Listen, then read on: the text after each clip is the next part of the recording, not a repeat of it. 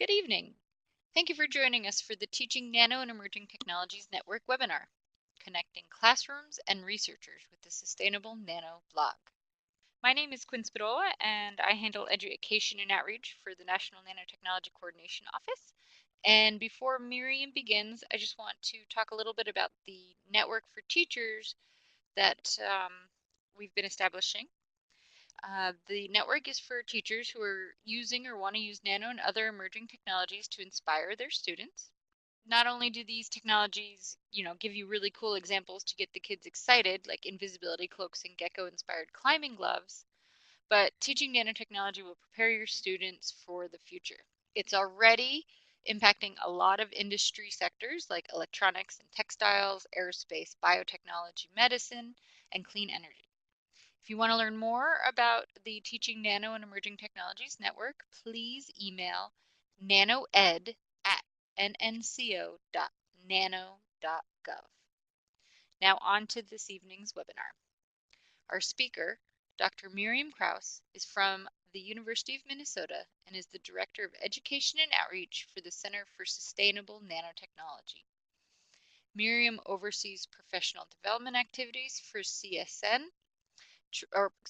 Miriam oversees professional development activities for CSN trainees, as well as the Center's public outreach projects.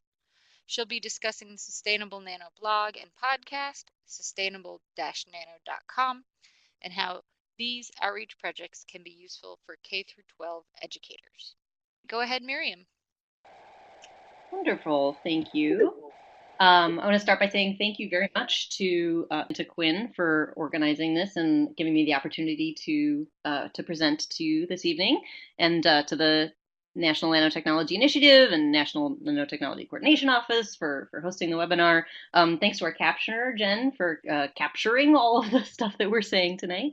And thank you very much to everyone who is attending either live or if you're watching this in video on delay. I appreciate your taking the time.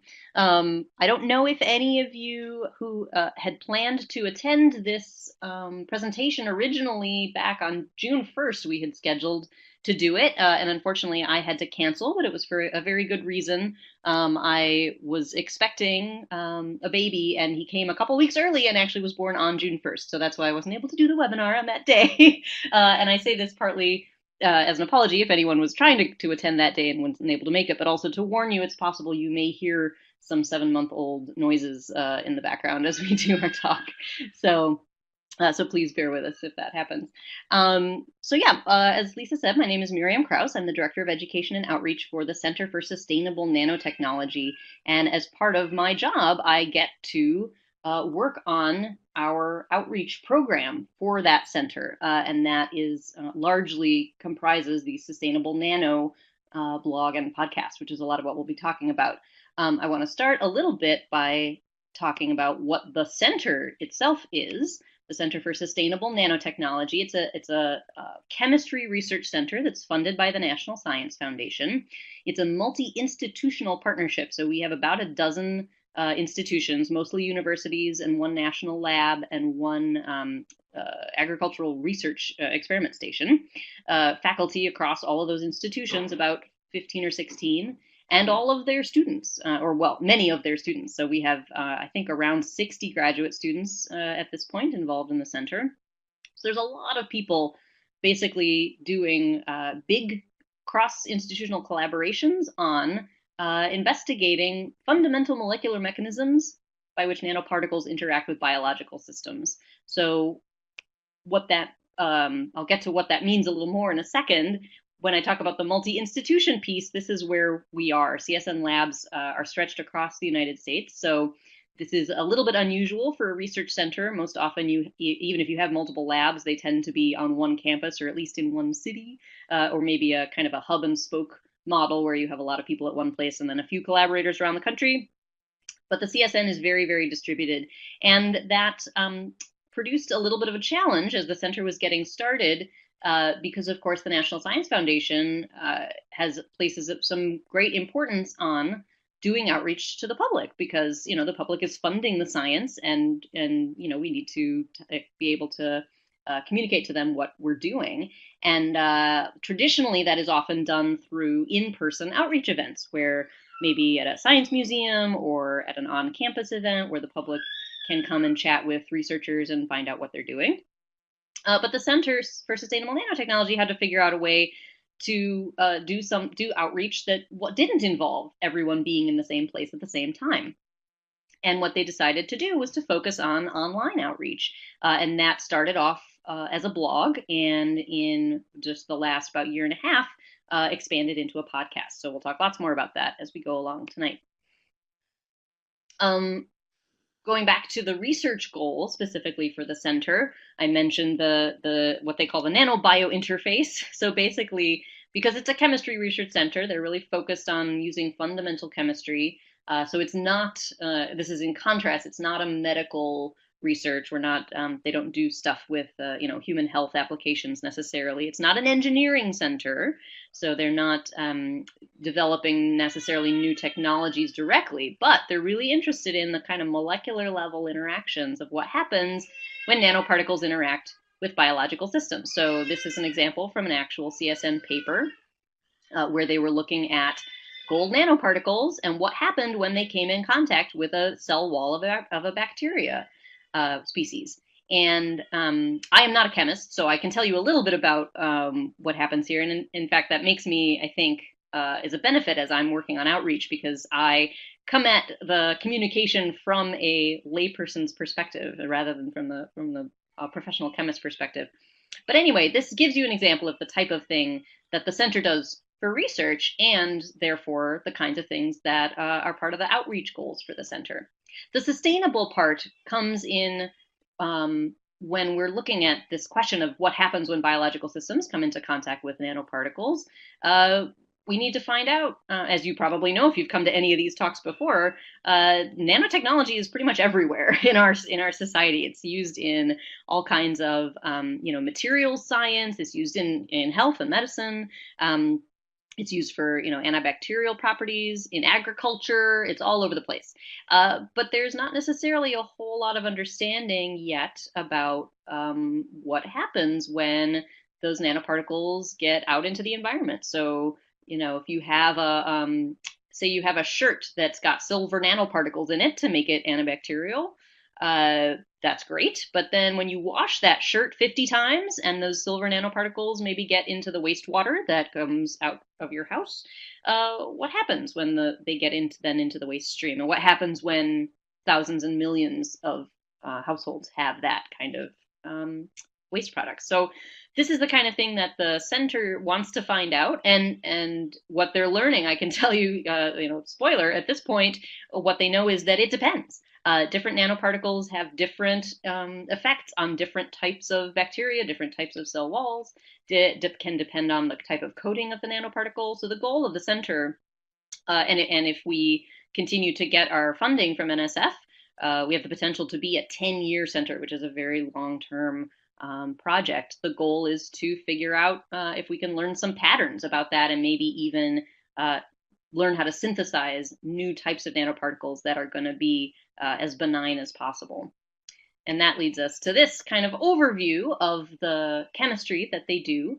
It's a chemistry center, like I said, but because of this focus on the environment and biological systems, it also overlaps with biology and environmental science, toxicology. So they different parts of the center do different aspects of this work, and they of course collaborate with each other a lot. So there's some things about synthesis, or how to make new nanoparticles.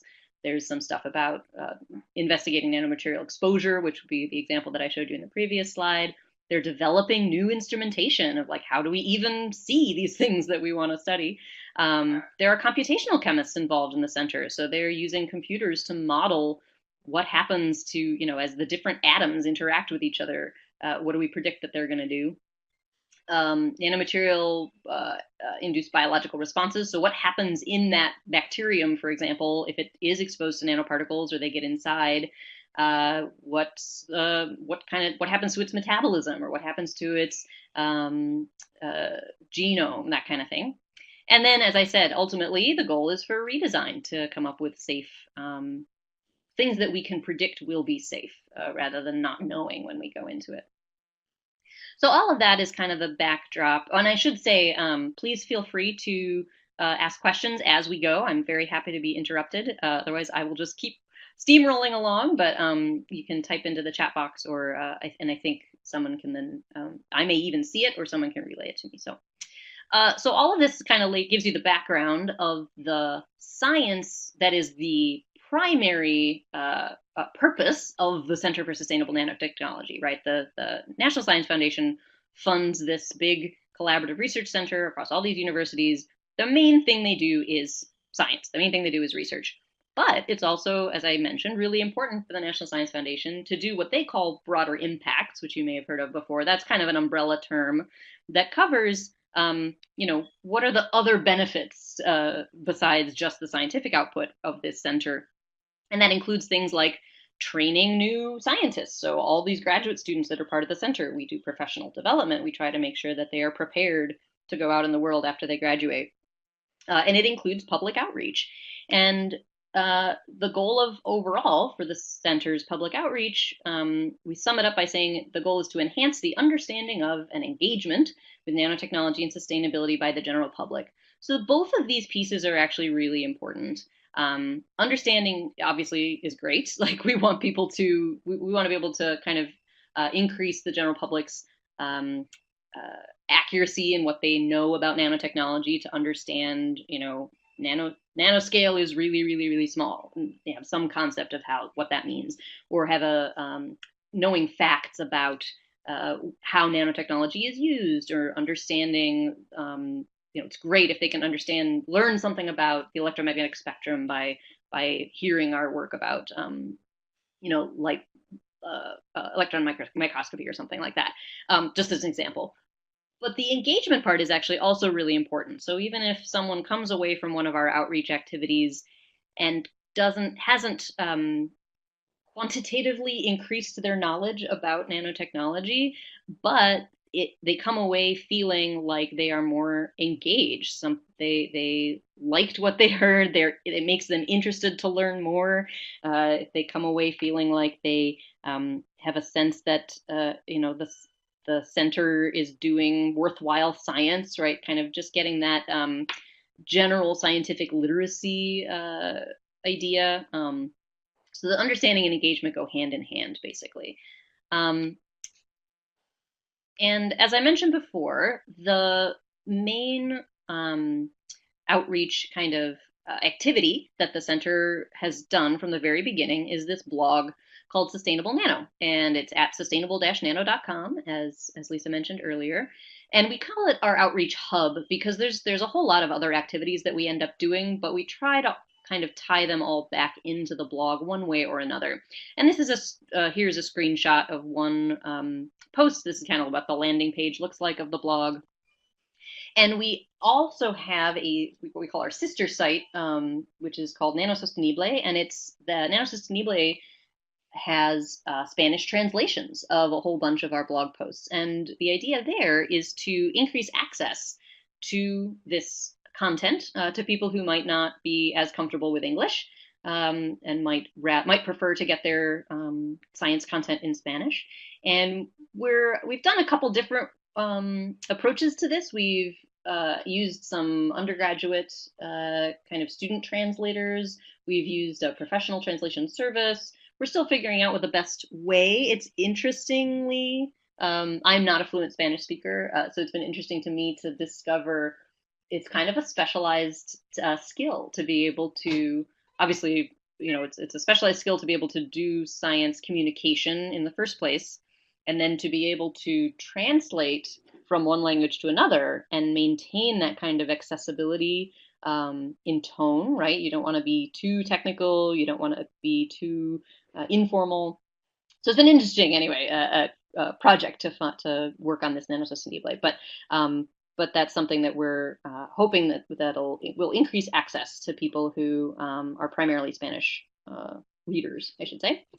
So there's a link to that on the main blog site. We also, in most of our blog posts, we try to include links to educational resources for K through 12 educators. And so we'll have a little section at the end that basically links to outside resources. So these are not things that we have developed in the center. Well, actually, in this example here, we linked to a previous post, so that is something from within the center. But mostly, it'll be things like here's a lab summer program from UCLA, or here's something at Scholastic.com that has suggestions for classroom activities that are related to the content of that blog post. So this is something that we hope is of use to K-12 educators. And when we get toward the end of this, we'll get to the part where I ask you what you think is useful and whether this is the kind of thing that you would actually use in your own classroom. Oops, I'm clicking the wrong thing. There we go. We also, of course, because we are a science blog, we include primary references, so we try to be diligent about sourcing our information. So that's always there at the end. Of course, we have to have links to social media. We're pretty active on Twitter. Our handle is just at Sustainable Nano, all one word.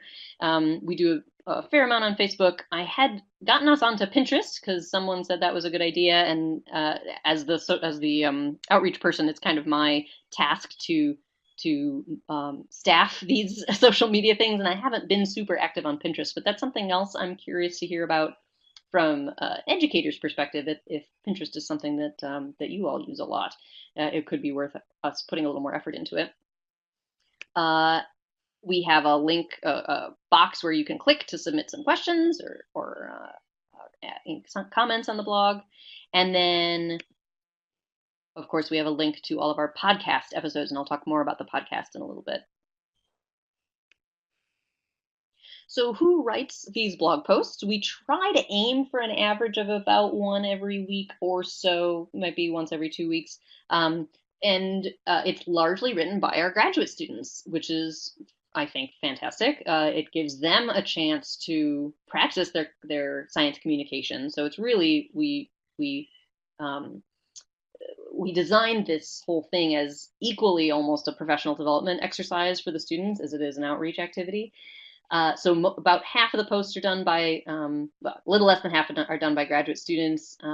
Staff is me and a couple of other people in the center. Faculty actually are quite active as well. And then we have a few undergrads, some of our postdoctoral trainees, guests, actually. We enjoy having guest posts sometimes.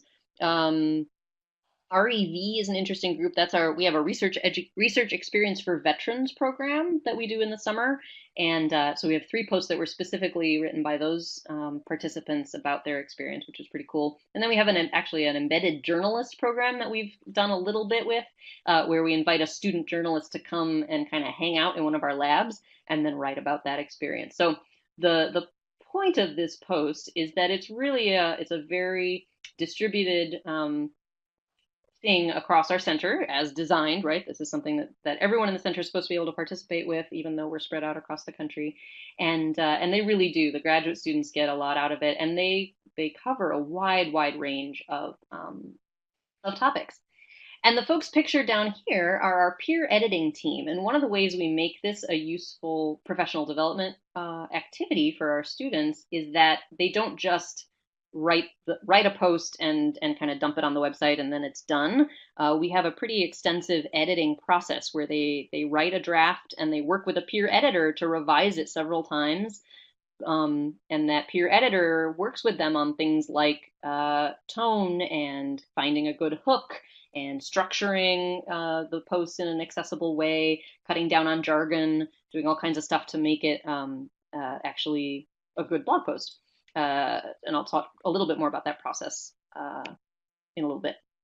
So I want to give you some examples of some of the posts that we have done. I've got a few, I grabbed a few of our most popular, sort of all-time, most viewed blog posts, and they tend to be things, I guess not surprisingly, that are kind of Googleable. So, if we were to strategize on sort of search engine findings, this one is one of the most popular posts ever over the course. It was written in 2013, so over the course of the 4.5 years, it's had, I think, about 45,000 views, which is great. But so if somebody Googles, how does a lithium ion battery work? This blog post can pop up for them. And so I think, that's the kind of thing where, again, it's got pretty wide appeal. This one, similarly, how do black lights work? Why do highlighters look so bright? So this was someone actually worked pretty hard to make a headline or a title that actually would be kind of searchable. And this is just a fun. This is our student actually who wrote it, talking about how you can make flowers glow under UV light. And you might say to yourself, what does that have to do with nanotechnology? And it's a little bit of a stretch, but there's actually a lot of interesting stuff to talk about regarding like fluorescence and fluorescent properties of different nanoparticles, and how we can use fluorescence to do different kind of measurements, fluorescent tagging of different particles. So we sometimes it's a stretch on some blog posts of what exactly it has to do with nanotechnology or what exactly it has to do with sustainability, and that's okay. As I'm sort of the blog editor, I guess, and my perspective is whatever the student wants to write about, and is excited to write about and is passionate about in their science or their life as a scientist, that's perfect topic for the blog. And often we will find some way, even if it's a little bit tortured, to to tie it back in with sustainability or nanotechnology somehow. Another one that I suspect might be Googled a lot by, first year chemistry undergrad students, I don't know, or just people who are curious, is what's the difference between diamonds and graphite, right? Now, this clearly has a nanotechnology connection in that you can go very quickly from graphite to graphene and talk about the difference between a 3D material and a 2D material. This one was written by one of our faculty members, Kathy Murphy, who's at the University of Illinois. And again, I think it's a nice example of something that has pretty broad appeal and it's not specifically about one of our own research projects. But so that said, again, these three are some of the most highly viewed blog posts over time. We also do, though, encourage our students to write public friendly descriptions of their own research. And those posts, maybe those will only be viewed a few hundred times over the course of a year or something, and I think that's fine. Because the blog has kind of a couple different goals. Certainly, we do want to provide accessible public outreach, and we want to, it'd be great to go viral and get tons of views and have people come and learn about the center. But because it also has this professional development goal where we want our students to practice their communication skills and learn how to talk about their science in an accessible way. If not all of the posts are super popular, that's fine, as long as it gives the students a chance to kind of reach some public audience when talking about their science. So I have a couple other posts that I included here as examples that are a little bit different. This first one is from last year, and this is by another one of our faculty members, Chrissy Haynes from the University of Minnesota, called "What is the Matilda Effect, and How Can We Improve Recognition of Women Scientists?" And this is an example of a sort of category of blog posts where what I think of like the life in science sort of category. It doesn't have anything really to do with nanotechnology other than that Dr. Haynes is one of our faculty members, but it's really important issue in science, as kind of how scientists function in society. So the Matilda effect, if you may or may not have heard of it, I actually had not heard of it before Dr. Haynes wrote this blog post, but it's the idea. The Matilda effect is when a woman scientist has a discovery or does some bit of scientific work, and a male colleague receives most or all of the recognition for it, and she does not. And this is something that obviously was much worse in the past, but there are some more recent examples of it. And in fact, anecdotally, this still absolutely happens. And this was inspired partly by Dr. Haynes. International Women's Day was coming up, and she was reading some stuff about women scientists with her daughter, and she wanted to talk about the Matilda effect. So this is actually one of our more popular posts over the past year, because it's, I think, really it's an interesting topic. It's something that people are interested in, and it has a personal resonance in the way the post was written.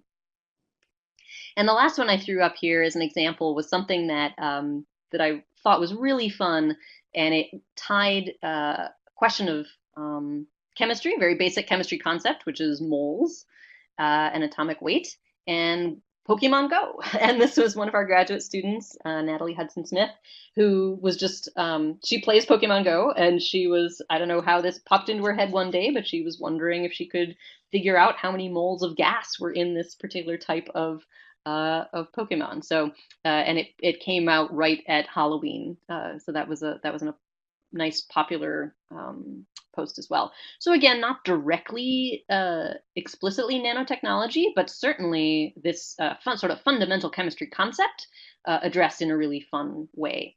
So we encourage students, obviously, to do that kind of thing too. That's a little bit frivolous. I think those make some of the best blog posts, in my opinion. So transitioning a little bit, then we have the blog is our main effort. We try to get all of the students to do at least one blog post a year to get that, again, that writing practice. They do tons of writing work in very formal kind of academic or scientific writing mode, but that's a very different style. They're obviously very different audiences to the blog audience, and so we try to give them that opportunity to kind of stretch their writing muscles a little bit and think about how you address different audiences differently in writing. And I think that's good. It's good for them to think about in their scientific writing as well, because I think scientific writing could stand to be a little bit less. What's the word? Could stand to be a little bit more accessible in general. So anyway, about a year and a half ago, fall of 2016, we started a new outreach effort, which was the Sustainable Nano podcast. And this is, for anyone who isn't as familiar with podcasts, it's basically an audio program, very much like a radio program, but it's not, it's on the internet, so you can listen to it streaming or you can download it. And it has different episodes. And so we have a website where all these episodes are posted. And we've done 22 so far, and we've had pretty good success. I mean, I don't, however you measure success, we've had about 5,500 downloads of all of our episodes put together, which I'm thrilled about since we just got started and kind of figuring out our way as we go. I put this screenshot from episode 4 up here because this was done with tons of help from Lisa Friedersdorf and Quinn Spadola from the NNI.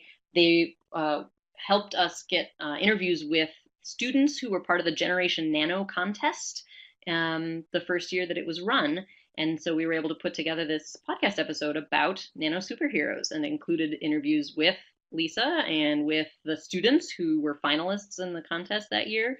So we were really pleased with that episode. But this one, just as much as the blog, ranges in topic wildly. So at this point it's kind of a small operation. I do all of the production, meaning like just helping people with recording, and I do the editing. So a lot of it is just kind of what I'm interested in doing. But some of the students have gotten involved as well. They've done some of the interviews. So for example, last spring, if you've heard of the book Lab Girl by Hope Jaron, she came to Minneapolis, which is where I'm based, to do a talk at Augsburg College, and a few of us went over to hear her talk. And one of our graduate students, again, just by coincidence, Natalie, who wrote the Pokemon blog post, was the one who got to sit down and do an interview with her. So we were able to have an episode of the podcast that was an interview with Hope Jaron. So that was one of our more high-profile ones, because obviously, she has quite a following as a New York Times bestselling author, and that was fun for us to get that chance. And so we've benefited greatly from people being willing to sit down and chat with us. So we've done a fair number of mostly interview format, because that's a little easier to deal with in editing. But the podcast is something that I'm also curious to hear feedback from educators about whether you use podcasts in your classrooms, or if there are if your students are creating their own podcasts, what's the kind of state of podcasting in pedagogy, I guess. This is what I'm curious about. Um, so as in addition to the blog and the podcast are the main kind of content that we generate, but of course we have to be on social media, as I mentioned before. Facebook and Twitter are our main things. We try to stay semi-active and at least posting when we have new content, but also linking to other things. Excuse me. So that's something certainly if you are on Facebook or Twitter, I encourage you to connect with us. We are just Sustainable Nano, all one word. You can see it here. I should have put it in text as well, and actually you can see we had recently tweeted this picture from the Matilda Effect post is here because we'd recently tweeted the Spanish translation of that post had come up when I took this screenshot. So, oops, there we go. So I've alluded to this already a little bit, this concept of outreach as communication training. So we're not only doing outreach for the purpose of communicating with the public and making sure the public has access to our science, which is funded by the public. They should know what we're doing. So that is very important. But at the same time, we also want to make sure that we're taking the most advantage of it as we can as a communication training opportunity for the students in the center. So, for example, one of the main ways we do this is that at least once a year, I will do a How to Write for the Blog, a little webinar for our students. And we talk about things like just the goals of the program overall. And then we talk about the process that they go through, just how does the peer editing system work. But then we talk about sort of conceptual stuff, and we explicitly talk about the differences between what they've been trained to do in scientific writing versus what they will need to do in blog writing. So, for example, in scientific writing, it's expected that in an introduction, for example, you start with all the background and you talk about all the work that has been done in the past, and then you most likely will gradually lead up to the very end of your introduction. You say, and therefore, this is what we do in this is what we're going to describe in this article. In a blog, it's actually completely upside down from that. You're much more likely to start off with, here's what we're doing, this is the exciting thing, and then you back up and maybe give a little bit of background about why or what's been done before. And of course, it's much less in depth. You're not going to go through an entire exhaustive literature review in the introduction section of a blog, right? So we talk about those different the contrasts in styles, so that they understand that it's really different skills that they're using when they're doing these two different types of writing. And we talk about jargon, and we talk about how that's, the precision of language that's required in a scientific article can be counterproductive in a blog post, that kind of thing. We talk about, rules about image use on the internet. So learning about public domain and Creative Commons licensing and that kind of thing. And then we talk a little bit about social media and how to use social media and all that good stuff. So this, again, sort of professional development benefits for doing this kind of outreach work. And as I mentioned before, just when we talk about the process of that communication training, they work with me, the writers work with me first. I'm the education outreach director is what that means, to refine the topic, the pitch. Often students, when they first send me a topic that they want to write about, or they say, I want to write about such and such for my blog post, I can almost always write back to them and say, you have at least 3 blog posts worth of material in what you've described. The first post could be this, the second post could be this, and the third post could be this, because they've just, and it's great, they're excited about the topic, but they need to kind of unpack and focus and realize that when you're talking about something that's going to be public friendly, you can really break it down a lot more than they do initially. So once they've refined that pitch, then I assign them to one of the peer editors, who again are down here, and the writer and the peer editor then go through 2 or 3 revisions. And this is a nice exercise for the peer editor as well, because they're getting to see, to practice those editing skills and some mentoring skills. And so they go back and forth, and of course it saves me time, because then I'm not doing the entire editing process for all the blog posts. And then when they have a semifinal draft, they send it to me, and then I do yet another round of edits with them before we actually get it posted on the website. So this is perfect. I've kind of zipped through a lot of this stuff because I wanted to save plenty of time for discussion. And I have two slides here of questions for you. So thinking about how sustainable nano can help K through 12 educators, or how it could be useful. And the first kind of obvious things that we've done so far is that we have, and you can sign up for an email alert whenever we have a new blog post. And as I mentioned earlier, we do have those in most of the posts, not all. We've tried to include at least a few educational resources at the end. So classroom activities or good videos that are related to the topic of the blog post that might be relevant for educators. But I'd love to hear from our participants what you think additional things might make the blog and podcast in their current form more beneficial. So, for example, we have not been putting those educational resources in the show notes of each podcast episode. So that's one obvious thing that I could imagine might be useful if that's something that you would actually take advantage of potentially as an educator looking at these resources. But the second part is to think about what new programs might make the blog and podcast more useful to educators. And these are things I'm thinking about a little bit bigger. Oops, I forgot this was point by point. For example, things like would you take advantage if there was an opportunity for a Q&A with an author of a blog post? Would you have the students read the post and then would have them come up with questions for the graduate student who wrote it? Or should we be convening a group to figure out what next generation science standards are relevant to each blog post? That seems a little daunting to me, not as someone who's not familiar with them or doesn't use them all the time. I don't know how big of a job that would be, but if that's something that would make the posts actually more user friendly for educators, that's something that we want to hear. Should we be writing little study guides to go with the podcast episodes? And if so, what would be useful for that? What kind of interactive stuff could we do with your students? Are there things where, you have the students submit questions that could turn into blog posts or podcast episodes?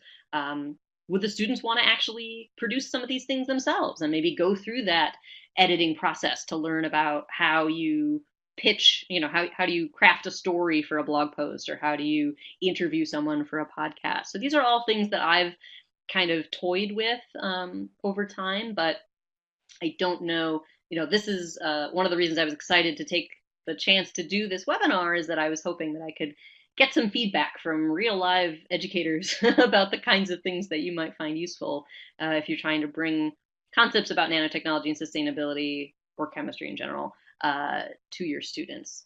So those are the things that I have, and I want to make sure I cover this slide, which is to say thank you very much for attending and for listening.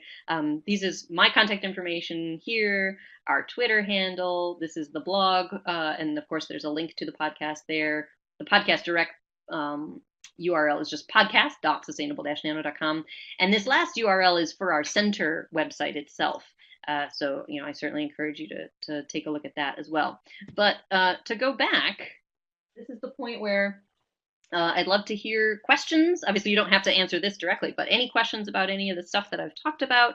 But I'd love to just kind of launch into a discussion of what you in the audience would find useful, or how do you use blogs or podcasts in general in your classroom. So yeah, open it up to anyone who has questions or comments. Thank you.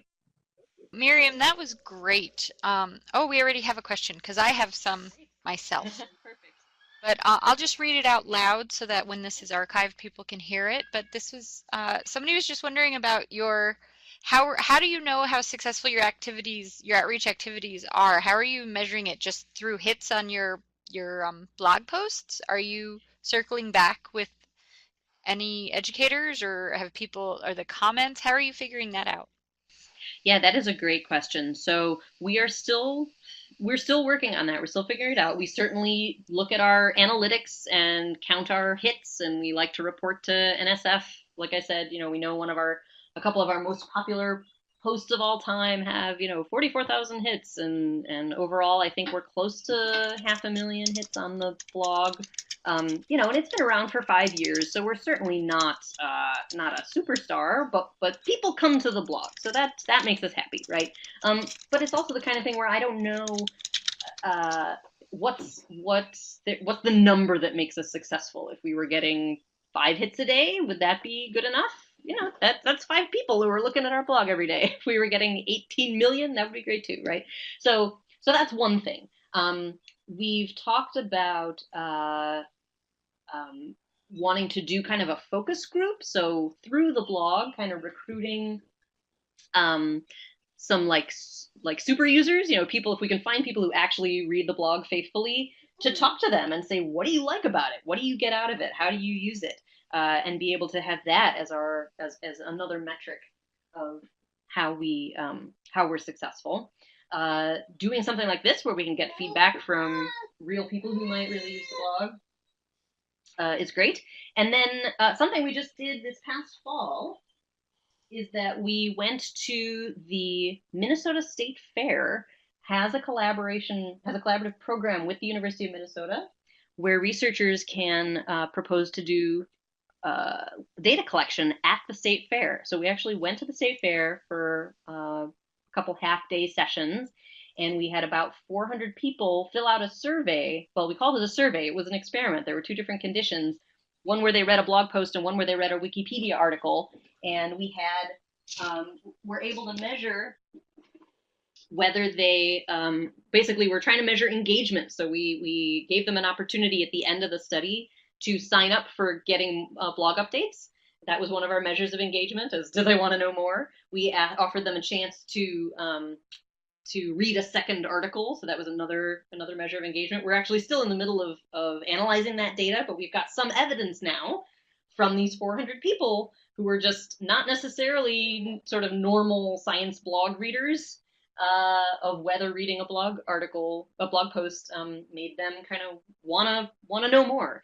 And so there's a little bit of promising information from that. So that we're pretty excited about that. But the short answer is it's difficult, and it's a little bit of a open question now. I think even in the literature, there's not a ton of research out there about kind of blog engagement or to what extent science blogs. I think certainly people who enjoy reading them. That's not a question, but there's an extent to which you've got a science curious audience, is one way I've heard it referred to, which is people that are already interested in science, and may or may not, you may or may not be reaching people outside that audience with a blog, and maybe that's okay. Maybe there's other mechanisms for doing outreach with the different populations. But anyway, that was a little bit of a rambling answer, but I think it's a really good question to ask about how we measure success. Looks like there's another. Oh, there is. And actually, I was wondering about this too. I think you covered it briefly, but maybe if you want to go back and give more information. But I'm guessing they're asking if their students, K through 12 students, could submit ideas for blog posts. I was actually wondering that too, and I think you did mention you can subscribe. Was there also a place to submit ideas? Yeah, absolutely. So I will say, I would encourage you, if you're interested, to have your students do something like that, to email me directly, and I will put my contact information back up here. Because then I will, or I guess you could tweet at me too. I'll definitely see that. Email or Twitter are the ways that I will see it for sure. We do have that kind of ask a question button on the blog. And as you can imagine, that attracts a fair amount of spam, so I don't always attend to it as promptly as I should. So I encourage you, we would love to hear from your students about what questions they would have. And it could be really about anything. Obviously, if it's tangentially related to sustainability or nanotechnology, that's ideal. But we'd be happy to hear from them about anything. And there's Linus. Hi, Linus. All right, great. Thank you. Yeah, I might submit some blog ideas to you. Until we see other people post some questions, I'm going to take this opportunity to ask a couple of things that I thought of while I was listening to you. Miriam, you mentioned having a webinar on how to write a good blog post for students. Is that something that's available online? Is that something other people could take advantage of, or is it just for the people that are involved in the Sustainable Nano blog? That's a great question. It never occurred to us to do it more publicly. It's tailored very specifically to our grad students. So I talk about how to think about your own research project and the type sort of categories of posts that we tend to have on Sustainable Nano. But the idea of doing something that similar to that, but that would be more broadly applicable is a cool idea. And certainly, if there was, for example, say if there was a classroom that wanted to do a project where the students wrote blog posts, I would be delighted to work with them on how to do that. That's a nice offer. Oh, I looks like we're going to be getting another question. Great. It's good. Let's see. Oh, somebody else interested in learning more about blog posts. Yeah, I think I loved your point about thinking that scientific writing needs to be, and then you paused, and I can't remember what word you thought of, but in my head I filled your sentence in with a little more fun. Yeah, So, I think yeah. I think the word that came to my mind talking about scientific writing, yeah, is that it tends to be stuffy, stuffy or pretentious, and of course it doesn't have to be, but the it's easy to fall into that when you're doing the very formal is I guess the polite way to say it. Scientific writing is the style. It tends to be very formal, and that serves its purpose. But it doesn't; those skills don't work when you're trying to write a blog post. So yeah, so if you're interested in doing some kind of a blog kind of training thing, do please drop me an email. It'd be great to figure something out. Oh yeah, that sounds great. I feel like that would be useful for anyone and everybody who's interested in science communication or in general. I was wondering, could you talk a little? I know I'm taking up time. I'm waiting for other people to ask questions, but I like the idea that you're working with student journalists. Are these undergrads from the school? Do they approach you? Is it something that you put out a call? How do you find these um, journalists, and are they undergraduates? They are undergraduates. It's been a very small program so far, partly because of the exact questions that you've asked. We haven't done like a broad recruitment effort. It's been mostly folks who. So we have one of our labs, as I mentioned, we have these 12 different universities or institutions where we have people. One of them is Northwestern University in Chicago, and Northwestern is associated with the Medill School of Journalism. And so our faculty member there knew somebody at the School of Journalism and basically said, "Hey, you have any students who want to come and hang out in my lab for a day?" And so it's been very kind of word of mouth so far. I'm one of the one of the many things on my to-do list for the coming years to think about ways to expand that and approach other potentially other schools of journalism or specifically science writing programs, right, where there's a program at MIT and there's one at Santa Cruz, I think UC Santa Cruz, that has specifically a science journalism program where that might be a great place to find student could be undergraduate students or even potentially master students at that level who would want to spend a day or a week kind of shadowing some of our Center for Sustainable Nanotechnology scientists. And again, I think this is totally a win-win situation because it's a chance for the journalist to talk to real scientists and get some in-depth education about their work and get to know the scientists as people. And it's a chance for our scientists to to talk to a real live journalist and kind of learn about their process. So yeah, it's a program that has been very small so far, but we're hoping to expand it. Before we get to, it looks like some other questions have been posted. Are you aware of the AAAS Mass Media Fellows program, which is to I am. put, Go ahead. Sorry. oh, go ahead. I was going to say I'm aware of it only from talking to a couple of people, including yourself, who participate, but I don't know a whole lot of the details. Well, briefly, because that's not what this is about, it's just putting basically science students, not necessarily PhDs, I think bachelors, and even people currently going to school into news, putting them for the summer into newspapers or embedding them, or CNN actually takes one, but different places to help them work on their science journalism. So I'm wondering if there would be an opportunity to point out something with these big NSF funded centers embedding a journalist student um, for that purpose. I think that would be really valuable for all involved. All right, we've got a couple of questions. One is actually wondering if have you had a lot of interactions with high school teachers yet? You've got a lot of questions for them here, but if you've had any feedback so far, if you know, if is there any way to tell if your audience, I guess, is students? And then also, oh, it looks like somebody's interested in learning more about Pinterest. I've heard teachers like Pinterest as well, so I hope that is true. Yeah, so the question about teachers, we haven't had any direct feedback. I heard from an undergrad instructor that they used, now I can't remember which post it was actually. Uh, it's just slipped my mind, but they let me know that they used one of our posts in their class. So that was quite gratifying. And then we've we know some demographics like from our Facebook user profiles and stuff, but we don't. And we've tried to do a couple of like reader surveys, but we've gotten very low response. Which is to be expected. Anytime you do a survey, if you can get even sort of 10% of the people involved to reply, you feel lucky.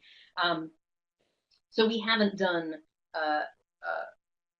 Don't know, basically, is the short answer. We don't know how many high school teachers, if any, are using the posts. And that's part of why, like I said, what I'm hoping might come out of this is even to get some contacts from people of how I could reach out better to teachers and make sure that they just know that the blog exists as a resource, and then to get feedback from them about how to make it a more useful one.